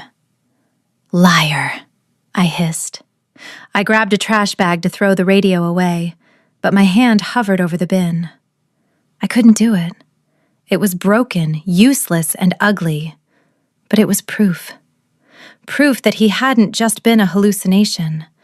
Proof that for a few days, someone powerful had lost control because of me. I left the radio on the counter. I went to my bedroom to change. I felt exposed, raw. I reached for my favorite comfort item, my oversized gray hoodie, the one I lived in on rainy Sundays. I checked the hook on the door. Empty. I checked the floor. Empty. I checked the hamper. Empty. I froze. A hysterical laugh bubbled up in my throat. He stole my hoodie, I said aloud, staring at the empty hook. The Alpha King of the Ironclad Pack, a man who could probably buy a textile factory with his pocket change, had stolen my $10 crop top hoodie. I slid down the doorframe, pulling my knees to my chest. The anger finally gave way to the desolation I had been holding back. The apartment was clean. The intruder was gone. I was safe. And I had never felt more alone in my life. Chapter 22. The Penthouse of the Obsidian Tower, formerly known as the Ironclad Spire, was a masterpiece of modern architecture. It was glass, steel, and black marble. It was efficient, expensive, and completely devoid of life. Lachlan Graves stood in the center of the massive living room, staring out at the city skyline. To anyone else, the view was breathtaking, a panoramic tapestry of city lights shimmering in the rain. To Lachlan, it was gray. The moment he had stepped out of Talia's building, the color had started to bleed from the world. The red taillights of the cars faded to ash. The yellow street lamps turned to pale chalk. By the time he reached the penthouse, his sensory dormancy had returned with a vengeance. He took a breath. The air in the penthouse was filtered and pure. It smelled of nothing. He walked to the wet bar and poured himself a glass of whiskey. He drank it. It tasted like water. "Sire?" Elias, his beta, stood by the elevator looking uncomfortable.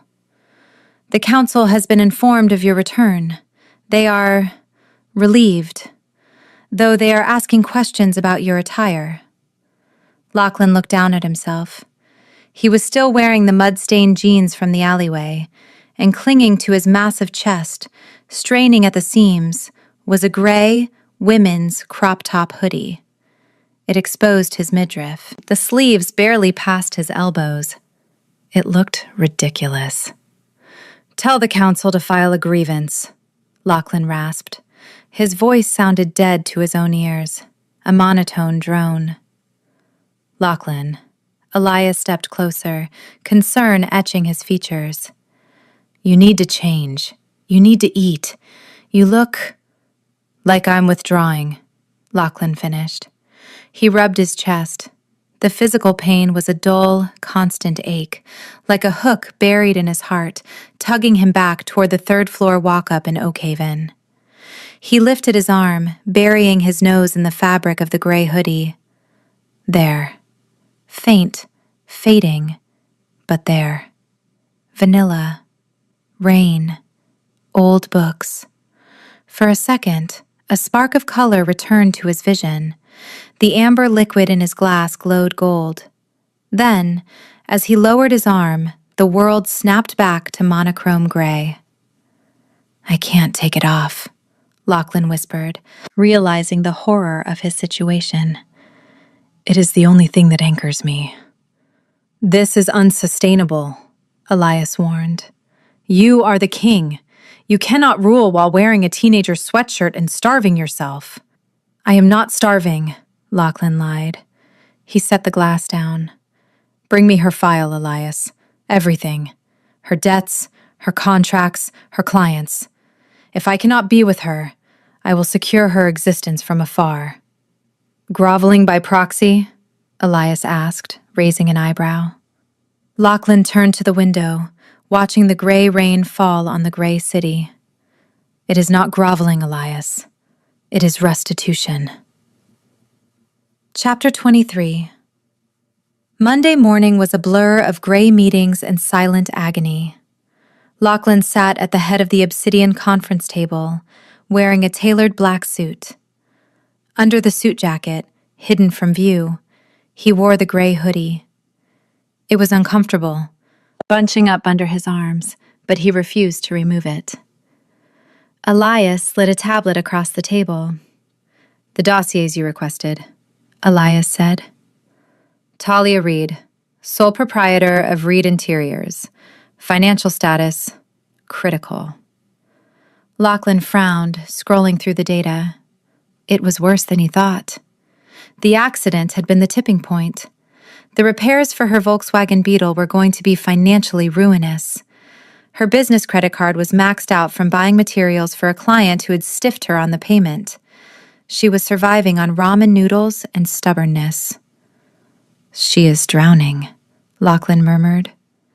The numbers on the screen were black and white, but they painted a picture of struggle that made his wolf pace aggressively in his mind. "She has a balance of $8,200 on her business visa," Elias noted, "and a backlog of vendor payments totaling another $4,000. "Pay it," Lachlan ordered. "Sire, if you just pay it, she will know," Elias warned. "You told me she has pride. If the Alpha King suddenly writes her a check, she will tear it up and mail you the confetti. She wants accountability, not charity." Lachlan tapped his finger on the glass table. Elias was right. Talia was fierce. She would see a direct payment as a manipulation, another way to control her. "Make it an error," Lachlan said slowly. "A bank reconciliation error. Or an anonymous grant. Small business relief fund. Create the fund if you have to." Elias typed on his own tablet. "I can route it through a shell corporation, Sentinel Holdings. We can classify it as a vendor overpayment refund for the client who stiffed her. It will look like a legal settlement." "Do it," Lachlan said. "Directly pay off the visa and the vendor backlog.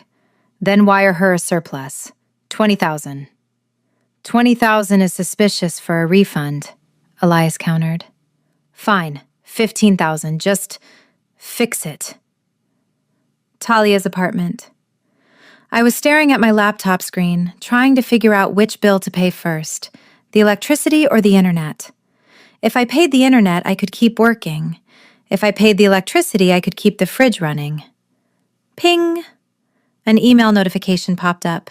Subject: Notice of Settlement Payment, J. Gable Renovations. I frowned. Mrs. Gable? She had fired me last week over the beige swatch incident. Why would I be getting a settlement? I opened the banking app. My hand flew to my mouth. Available balance, $15,240. The negative red numbers that usually mocked me were gone. The credit card balance was 0. The vendor backlog was 0. What? I whispered.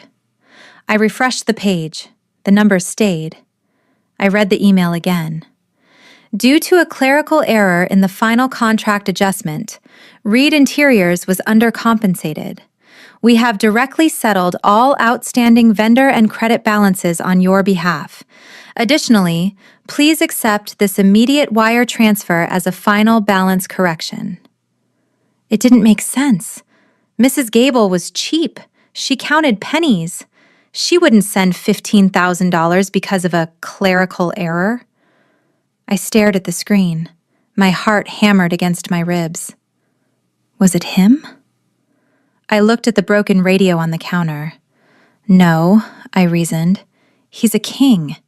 Kings don't handle clerical errors. And he left. He took his ring and he left. But as I looked at the green numbers, the relief washed over me so hard I almost cried. I could pay rent. I could fix the green bean. I could breathe. Okay, I whispered to the empty room. Okay, I don't care where it came from. I'm taking it. Chapter 24. 2 days passed. The money was real. I had paid off the visa and booked the mechanic for the Beetle, but the silence in the apartment was still deafening. I threw myself into work, trying to ignore the fact that every time the floorboards creaked, I hoped it was a giant man breaking into my house to eat my groceries. On Wednesday afternoon, another email arrived. Subject: Request for proposal.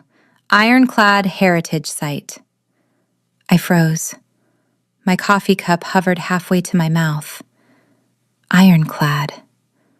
I opened the email. It wasn't from a shell corporation this time. It was official. The letterhead featured the wolf and shield crest, the same one that had been on the ring. Dear Ms. Reed, the Ironclad Pack Council is accepting bids for the restoration of the old pack house, a heritage site located in the North Sector. We require a designer with a specific appreciation for traditional aesthetics and historical preservation. Your portfolio was recommended to us. We are inviting you to submit a proposal. The budget is open. Sincerely, Elias Vane, Head of Operations. I stared at the name. Elias, not Lachlan. My first instinct was to delete it, to slam the laptop shut and scream. This was him. This was Lachlan pulling strings, trying to buy his way back into my life. He thinks he can just hire me? I fumed, standing up to pace the small living room. Mochi watched me, his head tilted. He lies to my face, breaks my heart, steals my hoodie, and then offers me a job? I walked to the window, looking out at the rainy street. But then I read the email again. Traditional aesthetics. Historical preservation. My old pack had kicked me out because I was too traditional, because I didn't fit their modern, fast-paced mold. Lachlan, John, had listened to that story. He remembered. He wasn't offering me charity this time. He was offering me the one thing I had always wanted: validation for my style. A job where my antiquated views were an asset, not a liability. And the budget was open. I looked at the broken radio. I looked at the empty hook where my hoodie used to be. If I took the job, I would have to deal with the Ironclad Pack. I might have to see him.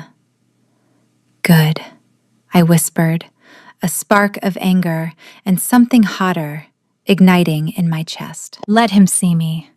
Let him see me fix his house while he broke mine. I'll take his money. I'll do the job perfectly, and I won't let him see me cry once. I sat back down at the computer. I cracked my knuckles. 2. Elias Vane. Subject: Request for proposal. Mr. Vane, I accept the invitation to bid. However, my consultation fee has doubled as of this morning. Attached is my rate sheet. See you on Monday. Talia Reed. I hit send. I wasn't running anymore. If the Alpha King wanted a professional, he was going to get one. And she was going to be the most expensive mistake he ever made. Chapter 25. Monday morning arrived with a vengeance. The sky over Oakhaven was a bruised purple, threatening another storm, which felt entirely appropriate for my mood. I parked the green bean in front of the old pack house. It was a sprawling Victorian mansion that had clearly seen better days. The paint was peeling, the porch sagged like a tired jaw, and the windows were boarded up with plywood. But the bones were magnificent. "Okay, Mochi," I said, turning to the passenger seat. "Ground rules. You are a professional sight dog today. Do not eat the drywall. Do not pee on the Alpha King." Mochi yipped, wagging his tail. My usual dog sitter had the flu, so the chaos potato was coming with me. I checked my reflection in the rearview mirror. I was wearing my armor, high-waisted trousers, a silk blouse, and a trench coat that made me feel like a noir detective. I looked expensive. I looked capable. I looked like I didn't cry over men who stole my hoodies. I stepped out, clipping Mochi's leash. A man was waiting by the gate. He was tall, wearing a sharp suit and holding a tablet. This had to be Elias. "Ms. Reed," Elias said, extending a hand. He looked exhausted. "Thank you for coming on such short notice, and for the revised fee structure." "My expertise comes at a premium," I said smoothly, shaking his hand. "This is Mochi. He's my structural integrity consultant." Elias cracked a weary smile. "Right. The Alpha is inside. He insisted on overseeing the initial walkthrough." My stomach did a traitorous flip. "Of course. Lead the way." We walked up the crumbling path. The front doors were massive oak slabs, carved with the same wolf and shield crest I had seen on the ring. Elias pushed them open. The foyer was cavernous. Dust motes danced in the shafts of light cutting through the boards. And there, standing in the center of the room like a statue carved from obsidian, was Lachlan. He was wearing a black suit that radiated obscene luxury. His back was to us, his shoulders broad and tense. "Sire," Elias called out, "the contractor is here." Lachlan turned. The effect was instantaneous. As his eyes locked onto mine, he physically stumbled, grabbing the grand staircase banister for support. His pupils dilated, swallowing the iris until his eyes were entirely black. He took a sharp, ragged breath, as if the air in the room had suddenly changed composition. For him, I realized with a jolt, it probably had. He had gone from a gray world back to Technicolor in a heartbeat. "Ms. Reed," he rasped. His voice was deeper than I remembered, vibrating through the floorboards. "Mr. Graves," I replied, my voice cool and professional. I didn't offer my hand. "Shall we discuss the load-bearing walls? Or are you going to faint?" Lachlan straightened, smoothing his tie. He looked at me with a hunger that made my knees weak, but he kept his distance. "I am acclimating. The lighting in here is intense." "It's dust," I corrected, pulling out my laser tape measure. "Let's get started. I charge by the hour, and I round up." Chapter 26. The walkthrough was a torture session of repressed longing. Every time I pointed to a cornice or a rotting floorboard, Lachlan was there, hovering just inside my personal space. The scent of him, rain, expensive wool, and that underlying static charge was driving my omega instincts haywire. Mochi, traitor that he was, kept trying to chew Lachlan's Italian leather shoes. The structural integrity of the West Wing is compromised, I said, pointing my laser at the ceiling. You'll need to reinforce the beams before we can even think about aesthetics. Do whatever is required, Lachlan said, watching my hands instead of the ceiling. The budget is open. Must be nice, I muttered, marking a spot on my clipboard. We moved to the back of the house where the old solarium opened out onto the overgrown garden. The air here was heavy, silent. Too silent. Lachlan stopped abruptly. His head snapped toward the garden. A low growl started in his chest, a sound I recognized from the grocery store. Get down, he ordered. Excuse me? I bristled. I am not... Crash. The glass of the solarium shattered inward. 3 men burst through the broken frame, wearing tactical gear and masks. They didn't look like contractors. They smelled like rot and rogue wolf musk. Target acquired, one shouted, raising a heavy baton. Elias, secure the perimeter, Lachlan roared, shoving me behind him. The change was terrifying. The stoic king vanished. In his place was a whirlwind of violence. Lachlan didn't shift. There wasn't time. But he moved with a speed that blurred the eye. He caught the first attacker's baton mid-swing, snapping the wood like a twig, and threw the man through the remaining glass pane. Talia, run! He shouted, blocking a blow from the second attacker. I am not leaving my dog! I yelled. Mochi was barking furiously at a third man who was flanking us. The third man lunged for me. I didn't think. I reacted. I swung my heavy metal clipboard with all my strength, catching him square in the nose. He howled, clutching his face. Nice swing, Lachlan grunted, kicking the second man into a pillar, but there were more. Shadows were moving in the garden. This wasn't a random attack. It was an assassination attempt. They're swarming, Lachlan snarled. His eyes were fully black, his canines lengthening. Talia, get behind the pillar, now!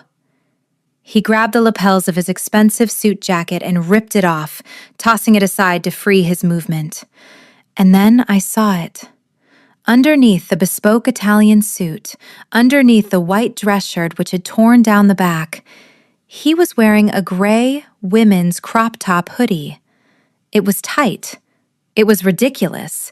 It barely covered his ribs. It was mine. Chapter 27. The sight of the Alpha King fighting off assassins while wearing my tiny $10 hoodie broke my brain. It was absurd. It was hilarious. It was the most romantic thing I had ever seen. The fight was over quickly. Elias arrived with the pack enforcers, and the rogues were subdued. The solarium was a wreck of shattered glass and splintered wood. Lachlan stood in the center of the chaos, breathing hard. His knuckles were bloody again. His dress shirt was in ribbons, hanging off his frame, revealing the gray hoodie underneath in all its glory. He turned to me, panic wild in his eyes. Are you hurt? Did they touch you? I stared at him. I walked over, stepping over the debris. Mochi trotted beside me, looking proud of himself.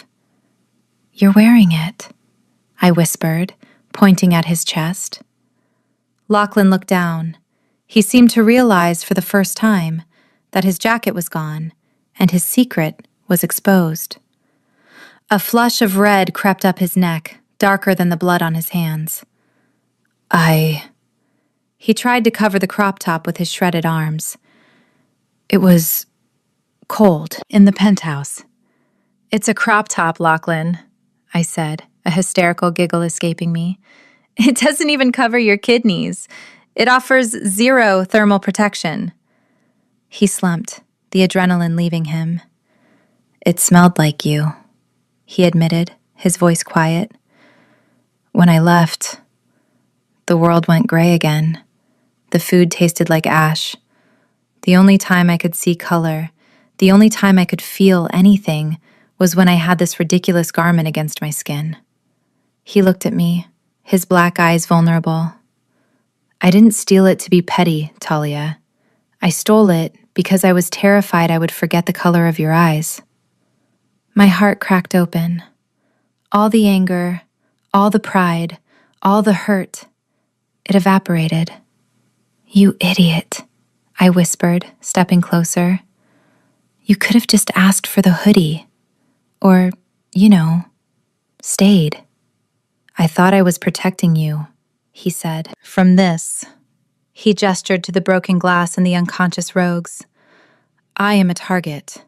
I didn't want you in the crossfire. I broke a guy's nose with a clipboard, I reminded him. I can handle a little crossfire. What I can't handle is a liar. I reached out and took his hand, the one with the bruised knuckles. You owe me a new hoodie, I said, and a new clipboard, and a very, very long explanation. Lachlan squeezed my hand, pulling me into his chest. He buried his face in my hair, inhaling deeply. I will buy you 1,000 hoodies. I will buy you a textile factory. Just don't leave. I'm not going anywhere, I murmured into the gray fabric.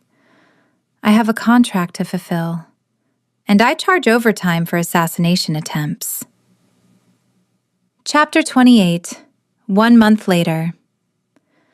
The renovation of the old pack house was ahead of schedule. The structural reinforcements were done, and the aesthetic restoration had begun. But the most important project was happening in the park across the street. Pick it up, I ordered, sitting on a bench with a latte. Lachlan Graves, the Alpha King, sighed.